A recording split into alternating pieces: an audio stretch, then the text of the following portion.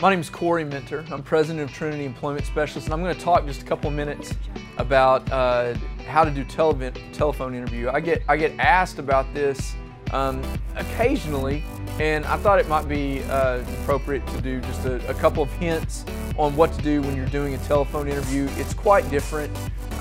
Some people are really good at it, by the way, naturally, and then some people are really, really awful with it.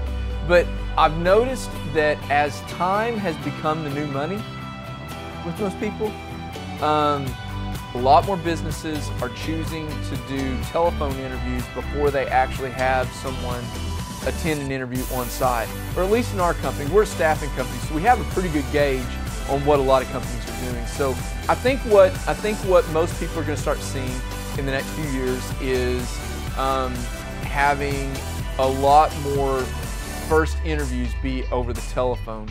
And I think that can be advantageous for some people, and it can really be a disadvantage to others. So I want to throw out it's probably about 4 or 5 things that I think will help somebody in doing this. So I'm just going to run into it and let's see if this helps you.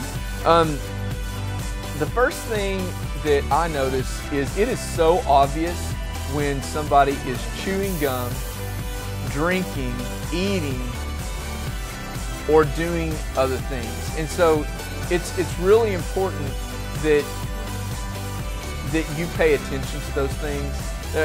Some people chew gum. It's so noticeable on an interview, and really it's just flat out annoying when you hear it.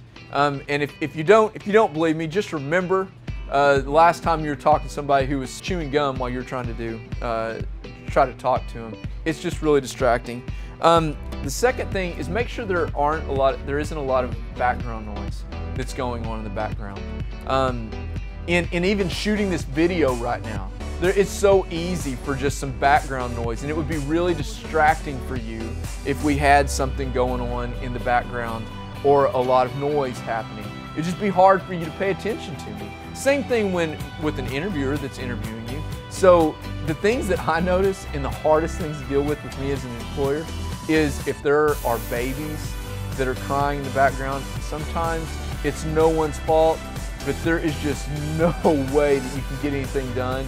And so if you have a young child that you think might be quiet for 30 minutes, I would recommend that you try to find an alternative to that, because right when you think that they're being really good, if they have one small thing go on, it could really distract you in the interview. So just make sure there's no unnecessary background noise. You have a quiet place that you can go and talk for a little while.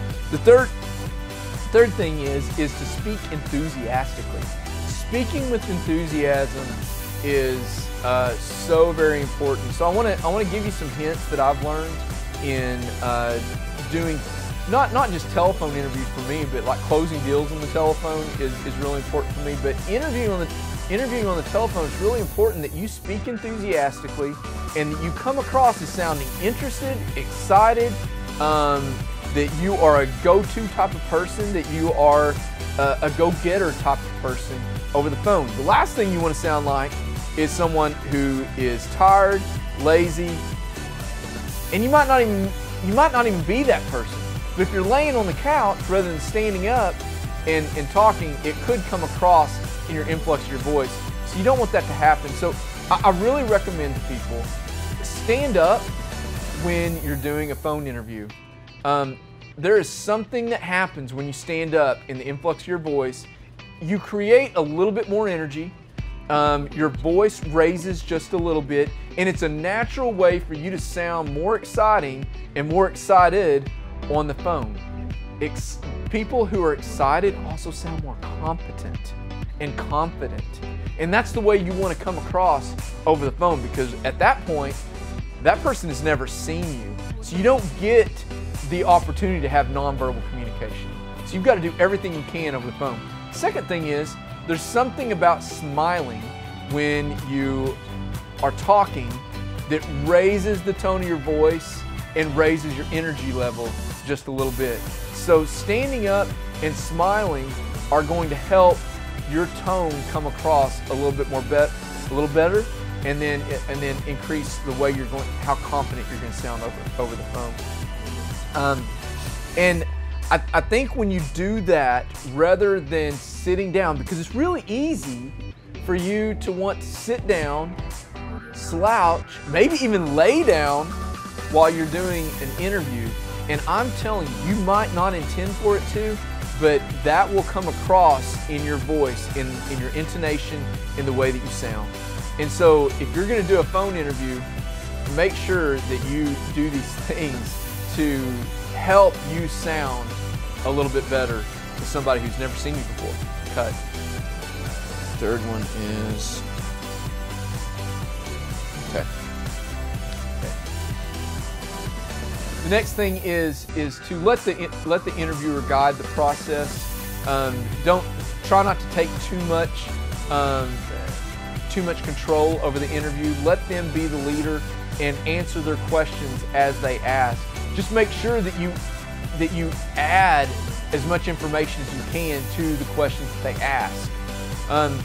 Make sure that you take notes so that you can keep track of what it is that they are interested in. Take notes of the things that they mention that they are wanting from this person, so that when if you do get a second interview that's in person, you can address these things and it'll make you sound a little bit better. So make sure you take notes and you really listen to what it is that they're needing. If you listen hard enough, they're probably going to give you a lot of hints on what they're looking for, and that is something you can address later on in the interview. And the last thing that I recommend that you do is just have some questions ready so that you can sound intelligent. You can show your intellect with the questions that you ask. And it's almost annoying to me, and it really concerns me a lot. If I'm interviewing someone and I ask them, do you have any questions? And they say, nope, I'm all good. To me, it just sounds like either that person's not that interested, they've not thought it through. Why wouldn't they ask any questions? This has they're getting ready to spend more time here if we hire them than they will with their friends and family. Why wouldn't they ask some questions? It just doesn't make any sense to me. And I think most successful people don't understand that as well. So make sure that you show your intellect with the questions that you ask. So think them through, have them prepared, and ask those questions so you can give the best presentation that you can, even when you're asking questions for information for you. I think that'll help you in a telephone interview if you ever get asked that. I think you're going to, because it's increasing. Good luck with that, and I wish you the very best.